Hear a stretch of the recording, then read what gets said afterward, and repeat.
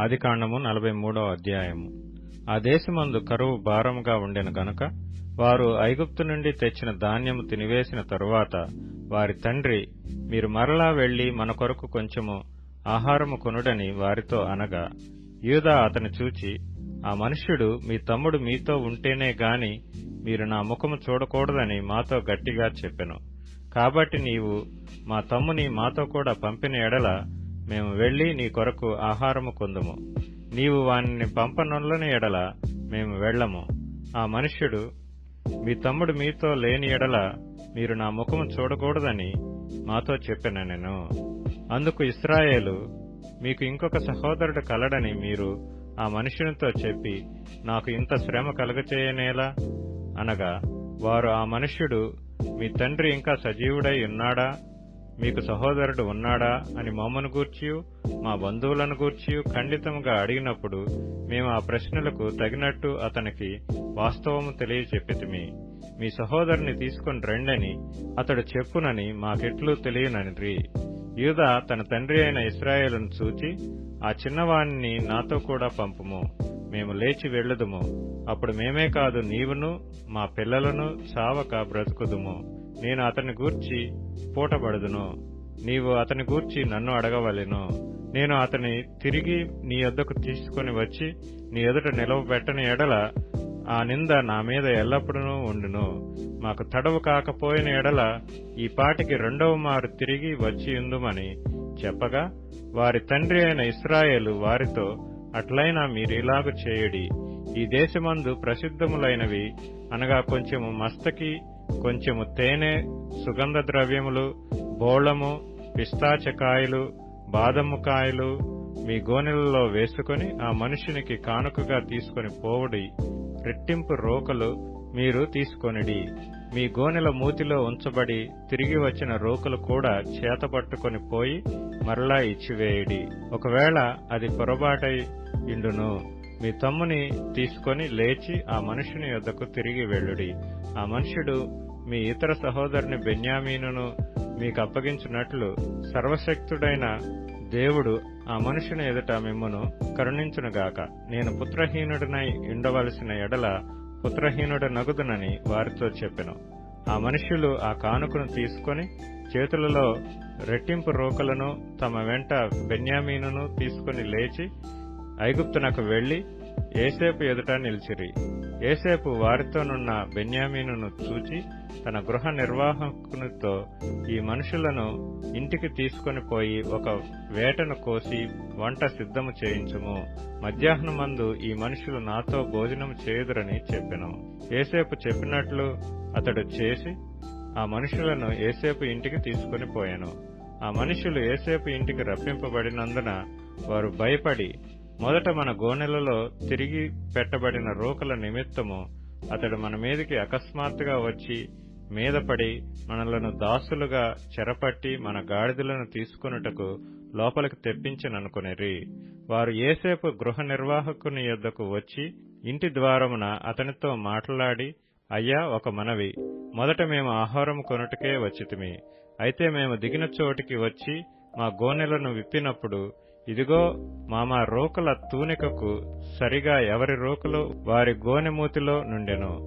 అవి చేత పట్టుకుని వచ్చితిమి. ఆహారము కొనుటకు మరి రోకలను తీసుకుని వచ్చితిమి. మా రోకలను మా గోనెలలోనెవరు వేసిరో మాకు తెలియదని చెప్పిరి. అందుకతడు, మీకు క్షేమమగునుగాక, భయపడకుడి. మీ పితరుల దేవుడైన మీ దేవుడు మీకు మీ గోనెలలో ధనమిచ్చెను. మీ రోకలు నాకు ముట్టినవని చెప్పి షిమ్యోనును వారి యొద్దకు తీసుకుని వచ్చెను. ఆ మనుష్యుడు వారిని యోసేపు ఇంటికి తీసుకుని వచ్చి వారికి నీళ్లియగా వారు కాళ్లు కడుక్కునిరి. మరియు అతడు వారి గాడిదలకు మేత వేయించెను. అక్కడ తాము భోజనం చేయవలనని వినిరి గనుక మధ్యాహ్నమందు యోసేపు వచ్చు వేళకు తమ కానుకను సిద్ధము చేసిరి. యోసేపు ఇంటికి వచ్చినప్పుడు వారు తమ చేతులలోనున్న కానుకను ఇంటిలోనికి తెచ్చి అతనికిచ్చి అతనికి నేలను సాగిలపడిరి. అప్పుడు, మీరు చెప్పిన ముసలివాడైన మీ తండ్రి క్షేమముగా ఉన్నాడా, అతడు ఇంకా బ్రతికియున్నాడా అని వారి క్షేమ సమాచారం అడిగినందుకు వారు, నీ దాసుడైన మా తండ్రి ఇంకా బ్రతికియున్నాడు, క్షేమంగానున్నాడని చెప్పి వంగి సాగిలపడిరి. అప్పుడు అతడు కన్నులెత్తి తన తల్లి కుమారుడును తన తమ్ముడైన బెన్యామీనును చూచి, మీరు నాతో చెప్పిన మీ తమ్ముడు ఇతడేనా అని అడిగి, నా కుమారుడా, దేవుడు నిన్ను కనికరించునుగాక అనెను. అప్పుడు తన తమ్ముని మీద యోసేపునకు ప్రేమ పొర్లుకొని వచ్చెను గనుక అతడు త్వరపడి ఏడ్చుటకు చోటు వెదకి లోపలి గదిలోనికి వెళ్లి అక్కడ ఏడ్చెను. అప్పుడు అతడు ముఖము కడుక్కొని వెలుపలికి వచ్చి తన్ను తాను అణచుకొని భోజనం వడ్డించుడని చెప్పెను. అతనికిని వారికిని అతనితో భోజనం చేయుచున్న ఐగుప్తీయులకును వేరువేరుగా వడ్డించిరి. ఐగుప్తీయులు హెబ్రీయులతో కలిసి భోజనం చేయరు, అది ఐగుప్తీయులకు హేయము. జ్యేష్ఠుడు మొదలుకొని కనిష్ఠుని వరకు వారు అతని ఎదుట తమ తమ ఈడు చొప్పున కూర్చుండిరి. గనుక ఆ మనుష్యులు ఒకని వైపు ఒకడు చూచి ఆశ్చర్యపడిరి. మరియు అతడు తన ఎదుట నుండి వారికి వంతులెత్తి పంపెను. బెన్యామీను వంతు వారందరి వంతు కంటే 5 అంతలు గొప్పది. వారు విందు ఆరగించి అతనితో కలిసి సంతుష్టిగా త్రాగిరి. ఆదికాండము 44వ అధ్యాయము. యోసేపు ఆ మనుషుల గోనెలు పట్టినంత ఆహార పదార్థములతో వాటిని నింపి, ఎవరి రోకలు వారి గోనె మూతిలో పెట్టుమనియు, కనిష్ఠుని గోనె మూతలో తన వెండి గిన్నెను అతని ధాన్యపు రోకలను పెట్టుమనియు తన గృహ నిర్వాహకునికి ఆజ్ఞాపింపగా, యోసేపు చెప్పిన మాట చొప్పున అతడు చేసెను. తెల్లవారినప్పుడు ఆ మనుష్యులు తమ గాడిదలతో కూడా పంపివేయబడిరి.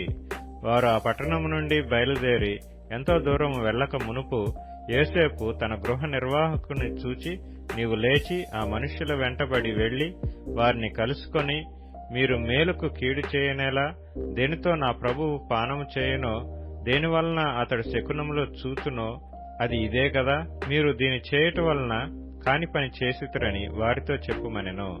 అతడు వారిని కలుసుకుని ఆ మాటలు వారితో చెప్పినప్పుడు వారు, మా ప్రభువు ఇట్లు మాట్లాడనేలా ఇట్టి పని చేయుట మీ దాసులకు దూరమవునుగాక. ఇదిగో, మా గోనె మూతులలో మాకు దొరికిన రోకలను కనాను దేశములో నుండి తిరిగి తీసుకుని వచ్చితిమి. నీ ప్రభువు ఇంటిలో నుండి మేము వెండినైనను బంగారమునైనను ఎట్లు దొంగిలుదుము? నీ దాసులలో ఎవరి యొద్ద అది దొరుకునో వాడు చచ్చునుగాక. మరియు మేము మా ప్రభువునకు దాసులముగా నుండుదమని అతనితో అనిరి. అందుకతడు, మంచిది, మీరు చెప్పినట్టే కానీయుడి. ఎవరి యొద్ద అది దొరుకునో అతడే నాకు దాసుడగును. అయితే మీరు నిర్దోషులగుదురని చెప్పెను. అప్పుడు వారు త్వరపడి ప్రతివాడు తన గోనెను క్రిందికి దించి దానిని విప్పెను. అతడు పెద్దవాడు మొదలుకొని చిన్నవాని వరకు వారిని సోదా చూడగా ఆ గిన్నె బెన్యామీను గోనెలో దొరికెను. కావున వారు తమ బట్టలు చింపుకొని ప్రతివాడు తన గాడిద మీద గోనెలు ఎక్కించుకొని తిరిగి పట్టణమునకు వచ్చిరి. అప్పుడు యూదాయును అతని సహోదరులను యోసేపు ఇంటికి వచ్చిరి. అతడింకా అక్కడనే ఉండెను గనుక వారు అతని ఎదుట నేలను సాగిలపడిరి. అప్పుడు యోసేపు, మీరు చేసిన ఈ పని ఏమిటి? నా వంటి మనుష్యుడు శకునము చూచి తెలుసుకొనునని మీకు తెలియదా అని వారితో అనగా, యూదా ఇట్లనెను, ఏలిన వారితో ఏమి చెప్పగలము? ఏమందుము? మేము నిర్దోషులమని ఎట్లు కనపరచగలము? దేవుడే నీ దాసుల నేరము కనుగొనెను. ఇదిగో, మేమును ఎవని యొద్ద ఆ గిన్నె దొరికినో వాడును ఏలిన వారికి దాసులమగుదుమనెను. అందుకతడు, అట్లు చేయుట నాకు దూరమవును గాక. ఎవని చేతిలో ఆ గిన్నె దొరికినో వాడే నాకు దాసుడుగా నుండును. మీరు మీ తండ్రి యొద్దకు సమాధానముగా వెళ్ళుడని చెప్పగా, యూదా అతని సమీపించి, ఏలినవాడా, ఒక మనవి, ఒక మాట ఏలిన వారితో తమ దాసుని చెప్పుకొననిమ్ము. తమ కోపము తమ దాసుని మీద రవులు కొననీయకము. తమరు ఫరో అంతవారు కదా, ఏలినవాడు మీకు తండ్రి అయినను సహోదరుడైనను ఉన్నాడా అని తమ దాసులను అడిగను. అందుకు మేము, మాకు ముసలివాడైన తండ్రియు అతని ముసలితనమున పుట్టిన యొక్క చిన్నవాడును ఉన్నారు. వాని సహోదరుడు చనిపోయిను, వాని తల్లికి వాడొక్కడే మిగిలియున్నాడు. వాని తండ్రి వానిని ప్రేమించుచున్నాడని చెప్పితిమి. అప్పుడు తమరు, నేను అతని చూచుటకు అతన్ని నా యొద్దకు తీసుకుని రండని తమ దాసులతో చెప్పితిరి. అందుకు మేము, ఆ చిన్నవాడు తన తండ్రిని విడువలేడు. వాడు తన తండ్రిని విడిచిన ఎడల వాని తండ్రి చనిపోవునని ఏలిక వారితో చెప్పితిమి. అందుకు తమరు, మీ తమ్ముడు మీతో రాని ఎడల మీరు మరలా నా ముఖము చూడకూడదని తమ దాసులతో చెప్పితిరి. కాబట్టి నా తండ్రి అయిన తమ దాసుల యొద్దకు మేము వెళ్లి ఏలిన వారి మాటలను అతనికి తెలియజేస్తుమి. మా తండ్రి, మీరు తిరిగి వెళ్లి మన కొరకు కొంచెం ఆహారం కొనుక్కొని రండని చెప్పినప్పుడు మేము అక్కడికి వెళ్లలేము. మా తమ్ముడు మాతో కూడా ఉండిన ఎడల వెళ్ళుదుము. మా తమ్ముడు మాతో నుంటేనే గాని ఆ మనిషిని ముఖము చూడలేమని చెప్పితిమి. అందుకు తమ దాసుడైన నా తండ్రి, నా భార్య నాకిద్దరిని కనినని మీరెరుగుదురు. వారిలో ఒకడు నా యొద్ద నుండి వెళ్లిపోబడెను. అతడు నిశ్చయముగా దుష్ట మృగముల చేత చీల్చబడిననుకొంటిని. అప్పటి నుండి అతడు నాకు కనబడలేదు.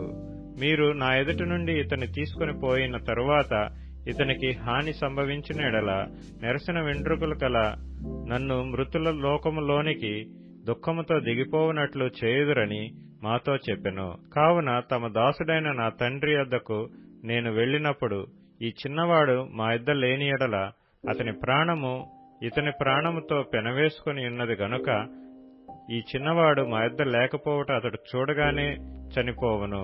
అట్లు తమ దాసులమైన మేము నెరసిన వెండ్రుకలు కల తమ దాసుడైన మా తండ్రిని మృతుల లోకములోనికి దుఃఖముతో దిగిపోవునట్లు చేయదుము. తమ దాసుడనైన నేను ఈ చిన్నవాణ్ణి గూర్చి నా తండ్రికి పూటబడి నీ యొద్దకు నేను అతని తీసుకుని రాని ఎడల నా తండ్రి దృష్టి యందు ఆ నింద నా మీద ఎల్లప్పుడూ ఉండునని చెప్పితిని. కాబట్టి తమ దాసుడనైన నన్ను ఈ చిన్నవానికి ప్రతిగా ఏలిన వారికి దాసునిగా నుండనిచ్చి ఈ చిన్నవాని తన సహోదరులతో వెళ్లనిమ్ము.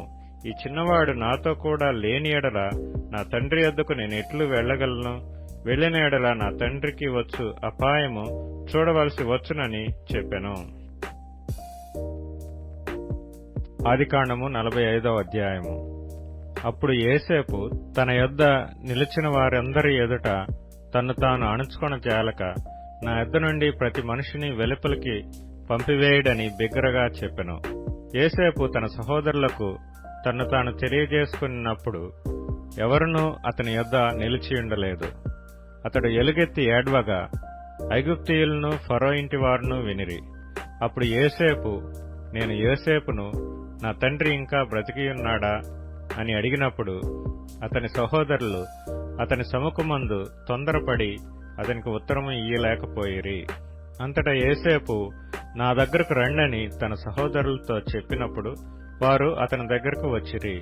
అప్పుడతడు, ఐగుప్తునకు వెళ్ళునట్లు మీరు అమ్మివేసిన మీ సహోదరుడైన యోసేపును నేనే. అయినను నేనిక్కడికి వచ్చునట్లు మీరు నన్ను అమ్మివేసినందుకు దుఃఖపడకుడి. అది మీకు సంతాపం పుట్టింపనీయకుడి. ప్రాణరక్షణ కొరకు దేవుడు మీకు ముందుగా నన్ను పంపించెను. 2 సంవత్సరముల నుండి కరువు దేశములోనున్నది. సేద్యమైనను కోతయైనను లేని సంవత్సరములు ఇంకా 5 వచ్చును. మిమ్మును ఆశ్చర్యముగా రక్షించి దేశములో మిమ్మును శేషముగా నిలుపుటకు ప్రాణముతో కాపాడుటకును దేవుడు మీకు ముందుగా నన్ను పంపించెను. కాబట్టి దేవుడే గాని మీరు నన్ను ఇక్కడికి పంపలేదు. ఆయన నన్ను ఫరోకు తండ్రిగాను అతని ఇంటి వారికందరికీ ప్రభువుగాను ఐగుప్తు దేశమంతటి మీద ఏలికగాను నియమించెను. మీరు త్వరగా నా తండ్రి యొద్దకు వెళ్లి అతనితో, నీ కుమారుడైన యోసేపు దేవుడు నన్ను ఐగుప్తు దేశమంతటికి ప్రభువుగా నియమించెను. నా యొద్దకు రమ్ము, అక్కడ ఉండవద్దు. నీవు గోషెను దేశమందు నివసించెదవు. అప్పుడు నీవును నీ పిల్లలను నీ పిల్లల పిల్లలను నీ గొర్రెల మందలను నీ పశువులను నీకు కలిగినది యావత్తును నాకు సమీపముగా నుండును. ఇకను 5 కరువు సంవత్సరములు వచ్చును గనక నీకును నీ ఇంటి వారికిని నీకు కలిగినదంతటికిని పేదరికము రాకుండా అక్కడ నిన్ను పోషించదనన్నాడని చెప్పుడి. ఇదిగో మీతో మాట్లాడుచున్నది నా నోరే అని మీ కన్నులను నా తమ్ముడైన బెన్యామీను కన్నులను చూచుచున్నవి. ఐగుప్తులో నాకు కలిగిన సమస్త ఘనతను మీరు చూచినది యావత్తు నా తండ్రికి తెలియచేసి త్వరగా నా తండ్రిని ఇక్కడికి తీసుకుని రండని తన సహోదరులతో చెప్పి తన తమ్ముడైన బెన్యామీను మెడ మీద పడి ఏడ్చెను. బెన్యామీను అతని మెడ మీద పడి ఏడ్చెను. అతడు తన సహోదరులందరినీ ముద్దు పెట్టుకుని వారి మీద పడి ఏడ్చిన తరువాత అతని సహోదరులు అతనితో మాట్లాడిరి. యోసేపు యొక్క సహోదరులు వచ్చిన వర్తమానము ఫరో ఇంటిలో వినబడెను. అది ఫరోకును అతని సేవకులకును ఇష్టముగా నుండెను. అప్పుడు ఫరో యోసేపుతో ఇట్లనెను, నీవు నీ సహోదరులను చూచి మీరిలాగు చేయడి, మీ పశువుల మీద బరువులు కట్టి కనాను దేశమునకు వెళ్లి మీ తండ్రిని మీ ఇంటివారిని వెంటబెట్టుకుని నా యొద్దకు రండి. ఐగుప్తు దేశమందలి మంచి వస్తువులను మీకిచ్చేదను. ఈ దేశం యొక్క సారమును మీరు అనుభవించెదరు. నీకు ఆజ్ఞ అయినది గదా, దీని చేయుడి. మీ పిల్లల కొరకును మీ భార్యల కొరకును ఐగుప్తులో నుండి బండ్లను తీసుకుని పోయి మీ తండ్రిని వెంటబెట్టుకుని రండి. ఐగుప్తు దేశమంతటిలోనున్న మంచి వస్తువులు మీవే అగును గనుక మీ సామాగ్రిని లక్ష్య పెట్టకుడని చెప్పుమనగా ఇశ్రాయేలు కుమారులు అలాగునే చేసిరి. యోసేపు ఫరో మాట చొప్పున వారికి బండ్లను ఇప్పించెను, మార్గమునకు ఆహారము ఇప్పించెను. అతడు వారికి 2 దుస్తుల బట్టలు ఇచ్చెను. బెన్యామీనుకు 300 తులముల వెండియును 5 దుస్తుల బట్టలు ఇచ్చెను. అతడు తన తండ్రి నిమిత్తము ఐగుప్తులో నున్న మంచి వస్తువులను మోయిచున్న 10 గాడిదలను, మార్గమునకు తన తండ్రి నిమిత్తము ఆహారమును ఇతర ధాన్యమును తినుబండారములను మోయిచున్న 10 ఆడుగాడిదలను పంపెను. అప్పుడతడు తన సహోదరులను సాగనంపి వారు బయలుదేరుచుండగా మార్గమందు కలహపడకుడని వారితో చెప్పెను. వారు ఐగుప్తు నుండి బయలుదేరి కనాను దేశమునకు తమ తండ్రి అయిన యాకోబు నొద్దకు వచ్చి యోసేపు ఇంకా బ్రతికియుండి ఐగుప్తు దేశమంతటిని ఏలుచున్నాడని అతనికి తెలియచేసిరి. అయితే అతడు వారి మాట నమ్మలేదు గనుక అతడు నిశ్చేష్టుడాయెను. అప్పుడు వారు యోసేపు తమతో చెప్పిన మాటలన్నిటినీ అతనితో చెప్పిరి. అతడు తన్ను ఎక్కించుకుని పోవుటకు యోసేపు పంపిన బండ్లు చూచినప్పుడు వారి తండ్రి అయిన యాకోబు ప్రాణము తెప్పరిల్లెను. అప్పుడు ఇశ్రాయేలు, ఇంతే చాలును, నా కుమారుడైన యోసేపు ఇంకా బ్రతికియున్నాడు, నేను చావక మునుపు వెళ్లి అతని చూచెదనని చెప్పెను. మత్తయి సువార్త 15వ అధ్యాయము. ఆ సమయమున యెరూషలేము నుండి శాస్త్రులను పరిసయ్యులను యేసు యొద్దకు వచ్చి, నీ శిష్యులు చేతులు కడుగుకొనకుండా భోజనము చేయుచున్నారే, వారెందు నిమిత్తము పెద్దల పారంపర్యాచారమును అతిక్రమించుచున్నారని అడిగిరి. అందుకాయన, మీరును మీ పారంపర్యాచారము నిమిత్తమై దేవుని ఆజ్ఞను ఎందుకు అతిక్రమించుచున్నారు? తల్లిదండ్రులను ఘనపరచుమనియు తండ్రినైనను తల్లినైనను దూషించువాడు తప్పక మరణము పొందవలెననియు దేవుడు సెలవిచ్చెను. మీరైతే ఒకటి తండ్రినైనను తల్లినైనను చూసి, నా వలన నీకేది ప్రయోజనమగునో అది దేవార్పితమని చెప్పిన ఎడల అతడు తన తండ్రినైనను తల్లినైనను ఘనపరచనక్కరలేదని చెప్పుచున్నాను. మీరు మీ పారంపర్యాచారము నిమిత్తమై దేవుని వాక్యమును నిరర్ధకము చేయుచున్నారు. వేషధారులారా, ప్రజలు తన పెదవులతో నన్ను ఘనపరచుతురు గాని వారి హృదయము నాకు దూరముగానున్నది. మనుష్యులు కల్పించిన పద్ధతులు దేవోపదేశములని బోధించుచు వారు నన్ను వ్యర్థముగా ఆరాధించుచున్నారు అని యెషయా మిమ్మును గూర్చి ప్రవచించిన మాట సరియే అని వారితో చెప్పి, జనసమూహములను పిలిచి, మీరు విని గ్రహించుడి. నోటపడినది మనుష్యుని పవిత్రపరచదు గాని నోట నుండి వచ్చునది మనుష్యుని అపవిత్రపరచునని వారితో చెప్పాను. అంతటా శిష్యులు వచ్చి పరిసయ్యులు ఆ మాట విని అభ్యంతరపడిరని నీకు తెలియనా అని ఆయనను అడగగా, ఆయన, పరలోకమందున్న నా తండ్రి నాటని ప్రతి మొక్కయు పెళ్లగింపబడును, వారి జోలికి పోకుడి. వారు గ్రుడ్డివారయుండి గ్రుడ్డివాడు గ్రుడ్డివానికి త్రోవ చూపిన ఎడల వారిద్దరూ గుంటలో పడుదురుగదా అనెను. అందుకు పేతురు, ఈ ఉపమాన భావము మాకు తెలుపమని ఆయనను అడగగా, ఆయన, మీరును ఇంతవరకు అవివేకులయ్యున్నారా? నోటిలోనికి పోవునదంతయు కడుపులో పడి బహిర్భూమిలో విడవబడును గాని నోట నుండి బయటికి వచ్చునవి హృదయములో నుండి వచ్చును. ఇదే మనుష్యుని అపవిత్రపరచునని మీరు గ్రహింపరా? దురాలోచనలు, నరహత్యలు, వ్యభిచారములు, వేశ్యాగమనములు, దొంగతనములు, అబద్ధ సాక్ష్యములు, దేవదూషణలు హృదయములో నుండియే వచ్చును. ఇదే మనుషుని అపవిత్రపరచును గాని చేతులు కడుగకొనక భోజనము చేయుట మనుష్యుని అపవిత్రపరచదని చెప్పెను. యేసు అక్కడి నుండి బయలుదేరి తూరు సీదోనుల ప్రాంతములకు వెళ్ళగా, ఇదిగో ఆ ప్రాంతముల నుండి కనాను స్త్రీ ఒకతే వచ్చి, ప్రభువా, దావీదు కుమారుడా, నన్ను కరుణింపు, నా కుమార్తె దయ్యము పట్టి బహు బాధపడుచున్నదని కేకలు వేసెను. అందుకాయన ఆమెతో ఒక్క మాట అయినను చెప్పలేదు. అప్పుడాయన శిష్యులు వచ్చి, ఈమె మన వెంబడి వచ్చి కేకలు వేయుచున్నది గనక ఈమెను పంపివేయమని ఆయనను వేడుకొనగా, ఆయన ఇశ్రాయేలు ఇంటివారై నశించిన గొర్రెల యొద్దకే గాని మరి ఎవరి యొద్దకును నేను పంపబడలేదనెను. అయినను ఆమె వచ్చి ఆయనకు మ్రొక్కి, ప్రభువా, నాకు సహాయము చేయమని అడిగెను. అందుకాయన పిల్లల రొట్టె తీసుకొని కుక్క పిల్లలకు వేయుట యుక్తము కాదని చెప్పగా, ఆమె నిజమే ప్రభువా, కుక్క పిల్లలు కూడా తమ యజమానుల బల్ల మీద నుండి పడు ముక్కలు తినును గదా అని చెప్పాను. అందుకు యేసు, అమ్మా, నీ విశ్వాసము గొప్పది, నీవు కోరినట్టే నీకు అవునుగాక అని ఆమెతో చెప్పాను. ఆ గడియలోనే ఆమె కుమార్తె స్వస్థత నొందెను. యేసు అక్కడి నుండి వెళ్లి గలిలయ సముద్ర తీరమునకు వచ్చి కొండెక్కి అక్కడ కూర్చుండగా బహుజన సమూహములు ఆయన యుద్ధకు కుంటివారు, గ్రుడ్డివారు, మూగవారు, అంగహీనులు మొదలైన అనేకులను తీసుకుని వచ్చి ఆయన పాదముల యుద్ధ పడవేసిరి. ఆయన వారిని స్వస్థపరిచెను.